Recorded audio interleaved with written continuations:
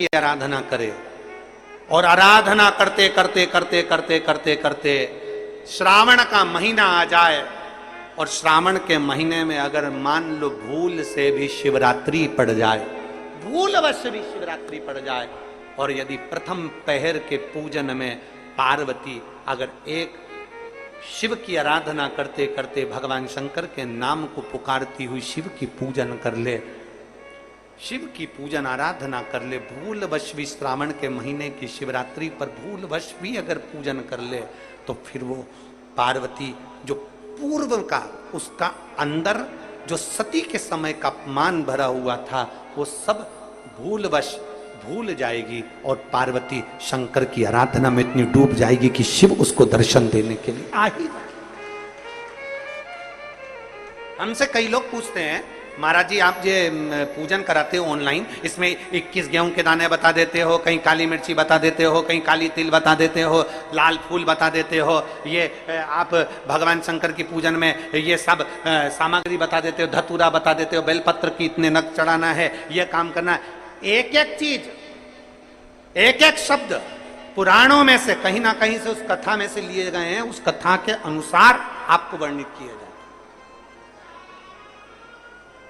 एक धतूरा, उस धतूरे को भी आपको कहा शिवरात्रि के दिन, फिर निवेदन करूंगा, जिस जिस घर में बच्चे चिड़चिड़ कर रहे हो, बहुएं चिड़चिड़ कर रही हो, परिवार में कहीं क्लेश बना हुआ है, जब आप 2 अगस्त को शाम को 7 बजे शंकर भगवान का शिवलिंग बनाकर ऑनलाइन बैठो पूजन करने के लिए, आपके नगर के कोई पंडित, कोई ब्राह्मण, कोई गुरुजन आपके साथ बैठे हों, वो पूजन करा रहे हों, और अगर कोई ना मिले तो आप स्वयं टीवी के माध्यम से, मोबाइल के माध्यम से जब ऑनलाइन पूजन कर रहे होगे, उस जगह पर आपकी पूजन की सामग्री में लिखा है एक, जम के बोलो, धतूरा, एक धतूरा लिखा है। इस धतूरे के पीछे के भाग में, क्योंकि ये जो सोमवार से सोमवार तक का सावन आया है, ये 72 वर्ष के बाद आया, आपको कल कथा में कहा था। इसके पीछे के भाग में यदि पीला चंदन लगाकर, अग्र भाग में लाल चंदन लगाकर आप जिस समय पर पूजन करेंगे और धतूरा चढ़ाने का समय आए, उस समय पर जब आप समर्पित करेंगे तो ये भाव से समर्पित करें कि हमारे घर में जो क्लेश है वो समाप्त करें भोलेनाथ, और श्री शिवाय नमस्तुभ्यम बोलकर वो धतूरा भगवान देवादिदेव महादेव को समर्पित करिए। उसका फल फिर हमें बताना कि उसका फायदा मिला कि नहीं मिला। एक धतूरा, एक बेलपत्र का भी फल, एक लोटे जल का भी फल, ये जो सोमवार से सोमवार तक का जो सावन है, इसका एक बूंद जल का भी महत्व शिव महापुराण की कथा करते।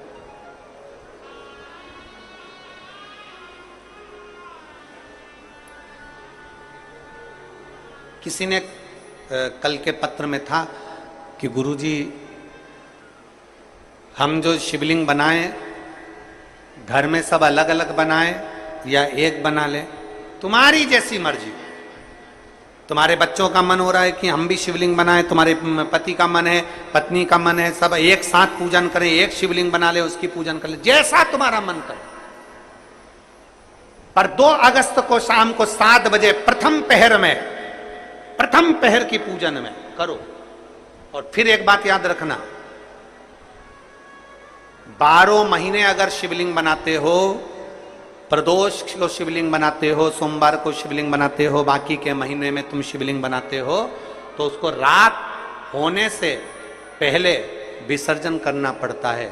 अगर बाकी के समय शिवलिंग बनाते हो तो रात होने से पहले विसर्जन करना पड़ता है। पर जो शिवरात्रि है उसको क्या कहते हैं? शिवरात्रि। मतलब पूजन भी रात्रि को होना है, अनुष्ठान भी रात्रि को होना है, विसर्जन भी रात्रि को होना है, संपूर्ण। अगर 4 पहर की पूजन कर रहे हो तो 4 पहर का विसर्जन होता है। 4 पहर का पूजन होने के बाद फिर सुबह सुबह जब ब्रह्म मुहूर्त हो तब आप जाकर विसर्जन करो, वो शिवरात्रि। पर आप जब 1 पहर का पूजन कर रहे हो, मतलब शाम को 7 बजे पूजन कर रहे हो, तो शंकर जी का विसर्जन भी रात्रि को ही कर देना। शिवरात्रि है इसलिए। बाकी के समय पर अगर शिवलिंग बनाओगे तो रात होने के पहले विसर्जन करना पड़ता है। पर शिवरात्रि की पूजन कर रहे हो तो रात्रि को भी पूजन कर रात्रि को भी विसर्जन कर सकते हो। शिवरात्रि है इसलिए। अब विसर्जन करने कहां जाओगे? पानी गिर रहा है बहुत तेज, नदी नाले फूल हो रहे हैं, तालाब बावड़ी फूल हो रही है, कहीं नहीं जाना। अपने घर के बाहर एक बाल्टी में, एक तसले में पानी भर कर रखो और घर के बाहर शंकर भगवान को अपने सिर पर लेकर घर के बाहर निकलो। बड़े आनंद के साथ में, ढोल नगाड़े के साथ में, थाली बजाते हुए, घंटी बजाते हुए, हर हर महादेव बोलते हुए, बोल बम बोलते हुए शिव जी का विसर्जन। कहीं मत जाओ, घर के बाहर एक तसले में पानी भर लो, उसमें विसर्जन करो। जब वो पानी मिट्टी गल जाए तब किसी पेड़ में, किसी वृक्ष में उसको डाल दो। कहीं जाने की जरूरत नहीं। नदी नाले पानी के समय में फूल जाते हैं, बहुत पानी भरा रहता है, ध्यान रहे पता नहीं, मिट्टी चिकनी होती है, स्मरण। तो घर के बाहर, अपने घर के बाहर उसका विसर्जन। बहुत सारी दौलत नहीं, आपके पास में इतना धन नहीं है, आपके पास में कोई वस्त्र, कोई आभूषण, कोई सामान नहीं दे सकते ना आप किसी को कुछ भी। शिव महापुराण की कथा कहती है कम से कम चेहरे की प्रसन्नता तो दीजिए, स्माइल तो दीजिए, थोड़ा सा मुस्कुराहट तो दीजिए। ये तो है ना अपने पास में, ये तो अपने पास है ना कि अपन मुस्कुराहट दे सकते हैं, अपन चेहरे की प्रसन्नता दे सकते हैं, अपन अपने चेहरे की स्माइल दे सकते हैं। हाँ, ये जरूर है कि बड़े बड़े जो ऑफिसर होते हैं, बड़े बड़े पद पर बैठने वाले होते हैं, वो इतना मुस्कुराते नहीं है। क्योंकि वो इसलिए नहीं मुस्कुराते क्योंकि अगर मुस्कुरा दिए तो फिर ये काम उनको करना पड़ेगा, इसलिए वो भले अपनी जगह पर सहज है।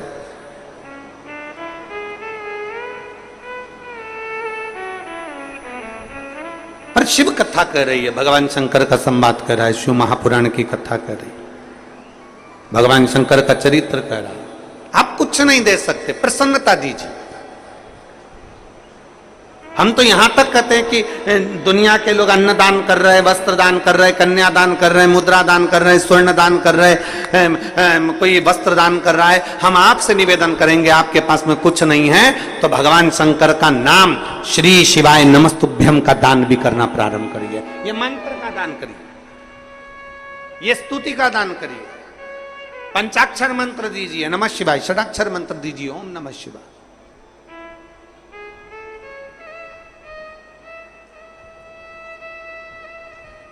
आप में से कितने लोग हैं जो भगवान शंकर के मंदिर में जब जल चढ़ाने जाते हैं तो श्री शिवाय नमस्तुभ्यम अच्छी जम के गूंजते हैं? कहते हो जम के? 4 लोगों तक तुम्हारी आवाज पहुंचे, शंकर को जल चढ़ाओ। और जल चढ़ाते चढ़ाते जिस मंदिर के प्रांगण में जितने बैठे हों, बाहर नंदी बैठा है, माँ जगत जननी बैठी है, गणेश जी बैठे हैं, षडानंद कार्तिकेय बैठे हैं, और शास्त्र कहता है शंकर भगवान का जहां जल चढ़ता है उसके सामने से जो जल निकलता है उस स्थान पर 33 कोटि देवता बैठते हैं। हम एक अकेले शिव जी को नहीं बोलते, हम जितने देवता यहां पर विराजमान हैं, जब हम जम के बोलते हैं श्री शिवाय नमस्तुभ्यम, उन सभी को नमन हो जाए, उन सभी को। कितनी भी बड़ी बीमारी हो, कितना बड़ा भी रोग है, कैंसर जैसी बीमारी से जूझ रहे हो, किडनी लीवर तक अगर खराब हो गया है तो शंकर का गुणगान करिए। 1 लोटा जल शिव जी पे चढ़ाकर उसका आचमन करना। एक पत्र है देखिए, में आ जाते हैं और शिवलिंग की आकृति में आने के बाद फिर हम भगवान शंकर का गुणगान करते हैं कि शिव इन सब का कल्याण करने वाले, ओ गढ़दानी तू सदा कृपा करने वाले, करुणा करने वाले, कृपा करना, करुणा करना। श्री शिवाय नमस्तुभ्यं। आप भी जब प्रणाम करें, आप भी जब गुणगान करें, आप भी जब मंत्र जाप करें, दोनों हाथ भी जब प्रणाम करें, आप भी जब गुणगान करें, आप भी जब मंत्र जाप करें, दोनों हाथ जोड़कर शंकर के पास जाएं, दोनों हाथ उठाकर हर हर महादेव, भगवान शिव की स्तुति करे, भगवान शंकर का स्मरण करे, दोनों हाथ। कितना सुंदर कहा है। कई माताएं जब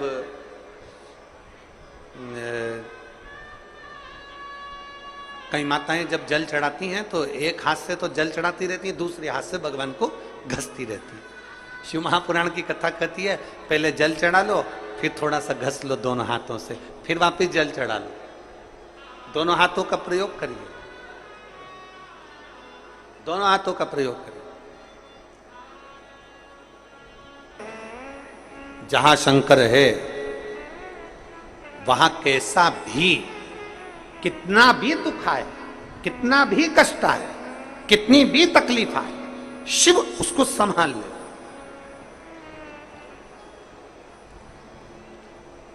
जहां शिव नहीं है वहां फिर जीव धक्के बहुत खाता है। जहां शंकर नहीं है फिर जीव धक्के खाता।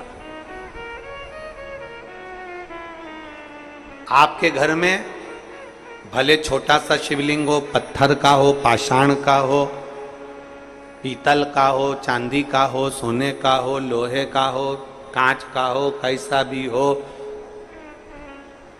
हीरे का हो, मोती का हो, कैसा भी हो, पर अपने घर में पत्थर का, लकड़ी का, कैसा भी अपने घर में एक शिवलिंग होना जरूरी है। एक शंकर का शिवलिंग हमारे घर में होना जरूरी है। गला खींच रहा है, बहुत खींच के बोलना पड़ रहा है कथा को। हमारे घर में शंकर का एक शिवलिंग होना जरूरी है, बहुत जरूरी।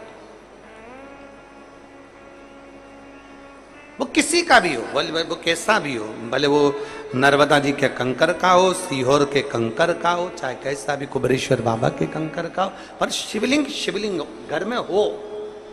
कभी यह मत सोचना कि आप बहुत छोटे हो, कभी यह मत सोचना कि आप बहुत गरीब हो, कभी यह मत सोचना कि आप कुछ नहीं कर सकते, कभी यह मत सोचना कि आप बहुत छोटे हो, मेरी कोई कीमत ही नहीं है। जिसकी कोई कीमत नहीं होती, अगर वो शंकर पर एक लोटा जल चढ़ाने लगे तो वो भी कीमत वाला हो जाता है। बस इतना निवेदन जरूर है। भगवान ने शरीर पूरा दिया है, भगवान ने शरीर पूरा दिया है तो राम राम भी पूरी करा करो। शरीर पूरा दिया है तो भजन भी पूरा किया करो। शरीर पूरा दिया है तो भक्ति भी पूरी किया करो। आदि भक्ति हमारे सनातन धर्म की पहचान नहीं है। आदि भक्ति हमारे सनातन धर्म की पहचान नहीं है। आधा राम राम हमारी सनातन धर्म की पहचान नहीं है। शरीर पूरा दिया, हाथ पूरे दिए तो राम राम भी दोनों हाथ जोड़कर करना चाहिए। यह सनातन धर्म का नियम है, यह सनातन धर्म की पहचान है। एक हाथ से राम राम करना, एक हाथ से राम बोलना या एक हाथ का प्रयोग भगवान की भक्ति में करना श्रेष्ठता नहीं है। एक हाथ का प्रयोग दूसरे धर्म में होता है, एक हाथ का प्रयोग दूसरे धर्म में होता है। हमारे सनातन धर्म में एक हाथ का प्रयोग नहीं होता, हमारे सनातन धर्म में दो हाथ का प्रयोग होता है। राम राम साहब, प्रणाम करें एक हाथ से नहीं, हाथ जोड़ कर करें। ये भारतीय सभ्यता, संस्कृति और मेरे भारत की निशानी है। एक हाथ से प्रणाम नहीं।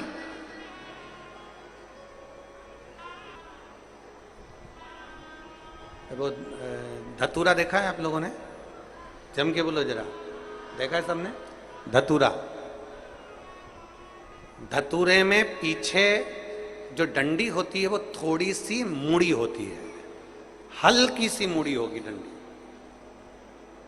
हल्की सी मुड़ी हुई डंडी। जो प्रसंग आप और हम श्रवण कर रहे हैं वही प्रसंग यहां चल रहा है। ये धतूरा जैसे देखिए, अब ये धतूरा, धतूरे की जो डंडी है, ये डंडी एकदम सीधी नहीं रहती है। डंडी हमेशा, कोई भी धतूरा होगा, धतूरे की डंडी थोड़ी सी मुड़ी हुई होगी, थोड़ी सी मुड़ी रहती है। प्रत्येक धतूरे की डंडी मुड़ी रहती है। अब आप अपने बच्चों को समझा रहे हो, इसका क्रोध कम नहीं हो रहा, मैंने समझा दिया, ज्ञान दे दिया, पिताजी ने समझाया, दादा समझाए, दादी समझाई, अपने घर के संस्कार अच्छे हैं, अपने घर में कोई गुस्सा करने वाला नहीं है, अपने घर में सब प्रेम करने वाले हैं, सब आदर करने वाले हैं, सब सत्कार करने वाले हैं। उसके बाद भी अगर बच्चे क्रोध में डूबे हुए हैं तो ये इनके इस जन्म का नहीं है, ये उस जन्म का है। जैसे माता पार्वती जी, पार्वती जी छोटी सी अवस्था धारण करती हैं, 5 वर्ष की अवस्था में माता पार्वती जी आती हैं। हर थोड़े दिन में माता पार्वती जी को क्रोध आ जाता है, इतना तेज क्रोध आता है, माता पार्वती जो सामान हाथ में आया वो फेंक देती। इतना क्रोध मां का। मां ना जगत जननी हो, मां दुर्गा हो, भवानी हो, अष्टभुजा धात्री हो, पर मां जब एक बड़ी हो जाओ तब क्रोध करो तो चल जा, पर छोटी सी अवस्था में क्रोध आओ, एक चिंता का विषय पड़ गया। हिमालय राज की रातों की नींद उड़ गई, मां मेनावती की रातों की नींद उड़ गई। हमारी बेटी पार्वती को हुआ क्या है, थोड़े दिन अच्छी रहती है, 2-4 दिन अच्छी रहती है, 2-4 दिन में क्रोध कर जाती है, इतना क्रोध करती है कि वस्तु फेंक देती है। इतना क्रोध मां पार्वती का, बड़ा चिंता का विषय पड़ गया। बड़ा आज हिमालय राज का मन बड़ा दुखी था, और हिमालय राज जी मन दुखी था तो हिमालय राज आज अपने नगर से बाहर निकल गए। बाहर निकले, थोड़ा सा मन को थोड़ा सा संभालने के लिए बाहर निकल, मन को संभाल। बड़े दुखी थे हिमालय राज, आज बड़े दुखी, चल दिए, मन दुखी था। कई बार बच्चों का चिड़चिड़पन देखकर, कई बार बच्चों की हालत देखकर, बच्चों का क्रोध देखकर माँ की तो आदत हो जाती है, माँ तो रोज घर में रहती है, 24 घंटे रहती है, तो माता को तो मालूम है कि बच्चे की स्थिति क्या है, बच्चा क्या कर रहा है, बच्चे की स्थिति क्या है, बच्चा क्यों चिड़चिड़ कर रहा है, माँ को मालूम है। पर पिता ऑफिस जाने वाला, पिता नौकरी करने वाला, पिता दुकान पर रहने वाला, संडे के दिन घर पर रहा, मंडे के दिन घर पर रहा, छुट्टी वाले दिन घर पर रहा, जिस दिन वो घर पर रहता है और बच्चों की ऐसी हालत देखता है, चिड़चिड़पन देखता है, गुस्सा देखता है, क्रोध देखता है, तो पिता को क्रोध आ जाता है, पिता का मन दुखता है, पिता का हृदय दुखता है,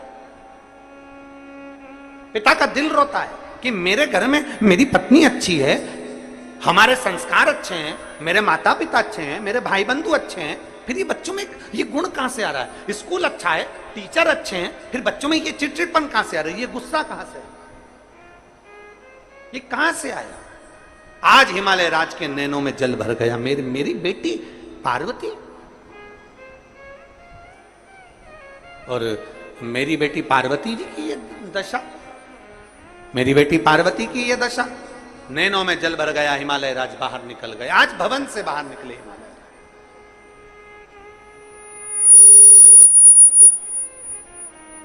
बहुत बहुत साधु था, इस कथा को जनमानस तक इसका स्मरण जरूर होना चाहिए।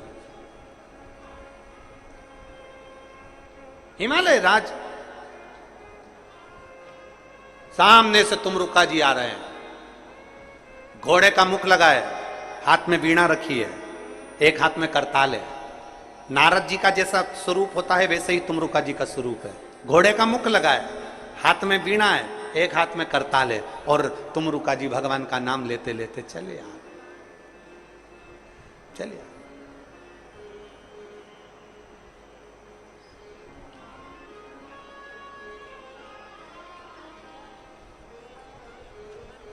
हिमालय राज ने जो तुमरुका जी को देखा,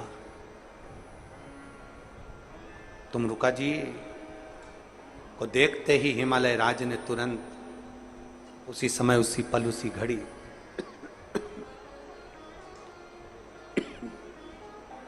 दुनिया के किसी व्यक्ति में ताकत नहीं है आपको झुका दे।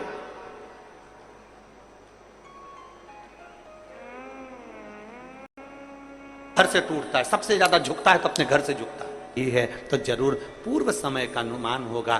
तुमरुका जी ने कहा मैं आपकी बेटी के दर्शन करना चाहता हूं, बेटी के दर्शन।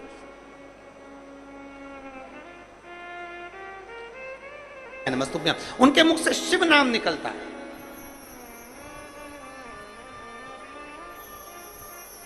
जिसके मुख से शिव नाम निकलता है उसको, जिसके हाथ से शंकर जी को एक लोटा जल चढ़ता है उसको जब भी तकलीफ आती है तो दुख की घड़ी क्षण उस व्यक्ति को पहले महसूस होने लगता है।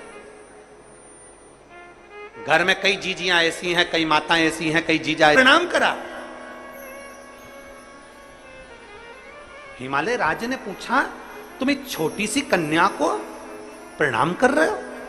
तुमरुका जी कह रहे हैं ये छोटी सी कन्या नहीं, इस कन्या का जो पूर्व का जन्म है वो मां सती का है। अपने पिता की यज्ञ की अग्नि में कूद कर भस्म हो गई थी, ये वो सती मां है, ये वो सती मां है। जो अपने पिता के यज्ञ अग्नि में कूद कर भस्म हो गई थी, दक्ष प्रजापति के यहाँ यज्ञ में कूद कर भस्म हो गई थी, ये वो सती हैं। और आप कहते हो कि मेरी बेटी क्रोध करती है, चिड़चिड़ करती है। ये माता पार्वती जो क्रोध कर रही हैं, ये पूर्व जो पिता के घर में गई थी, पिता ने अपमान करा था, बहनों ने अपमान करा था, भाइयों ने अपमान करा था, परिवार वालों ने अपमान करा था, वो अपमान सती के दिल में भर गया था। वो अपमान आज तक सती के दिल में है और ये अगला जन्म ले ली, वो अपमान आज तक भूल नहीं पाई है, इसलिए चिड़चिड़ कर जाती।